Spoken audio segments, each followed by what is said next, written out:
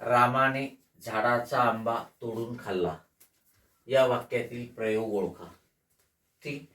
बघा मित्रांनो, पर्याय दिलेले आहेत कर्मणी, कर्तरी, भावे, कर्म कर्तरी. मी तुम्हाला वारंवार सांगतो, तुम्ही मागच्या जर आपल्या शॉर्ट्स बघितले असतील तर प्रयोग ओळखताना आधी वाक्यातील कर्ता आणि कर्म शोधायचं. ठीक आहे, 90% काम संपलेलं असते. मग आपण आधी कर्ता ओळखू. तोडून खाल्ला, खाणारा कोण? राम. कर्ता आहे आणि कर्ता तृतीया विभक्तीत आहे. कोणत्या विभक्तीत आहे? तृतीया विभक्तीत. ठीक आहे. खाण्याची क्रिया कशावर झाली? आंब्यावर. आंबा हे कर्म आहे आणि कर्म प्रथमा विभक्तीत आहे. संपलं. इथेच आपल्याला प्रयोग ओळखता येतो. ठीक आहे. कर्त्याला प्रत्यय आहे याचा अर्थ कर्तरी प्रयोग होणार नाही, कारण कर्तरी प्रयोगामध्ये कर्ता प्रथमा विभक्तीत असतो. इतर कोणत्याही प्रयोगामध्ये कर्ता प्रथमा विभक्तीत नसतो. कर्ता प्रथमांत हे फक्त कर्तरी प्रयोगाचं लक्षण आहे. कर्मणी भावे प्रयोगामध्ये कर्ता प्रथमा विभक्तीत नसतो. मग इथे कर्ता तृतीय विभक्तीत आहे याचा अर्थ कर्तरी प्रयोग होणार नाही.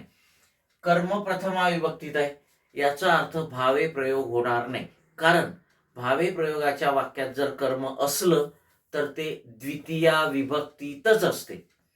मग कर्त्याला प्रत्यय आहे म्हणून कर्तरी नाही, आणि कर्माला प्रत्यय नाही म्हणून भावे नाही.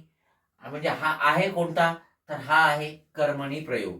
आणि कर्मणी प्रयोगामध्ये कर्म असतेच वाक्यामध्ये, प्रथमा विभक्तीतच असते. आणि कर्ता हा प्रथमा विभक्तीत कधीच नसतो. तो तृतीया, सविकरणी तृतीया, चतुर्थी, षष्टी विभक्तीत किंवा शब्दयोगी अव्ययात असतो. मग इथे हे जे वाक्य आहे कर्मणी प्रयोगाचं वाक्य आहे. मी जर आंब्याचं लिंग बदललं, चिंच ठेवली, तर रामाने झाडाची चिंच तोडून खाल्ली. क्रियापदाचं रूप बदलते कर्मानुसार आणि म्हणून हा कर्मणी प्रयोग आहे. आणि उपप्रकार सांगायचाच तर हा प्रधान कर्तृक कर्मणी प्रयोग आहे, कारण प्रधान कर्तृक कर्मणी प्रयोगामध्ये कर्ता शुद्ध तृतीया विभक्तीत असतो.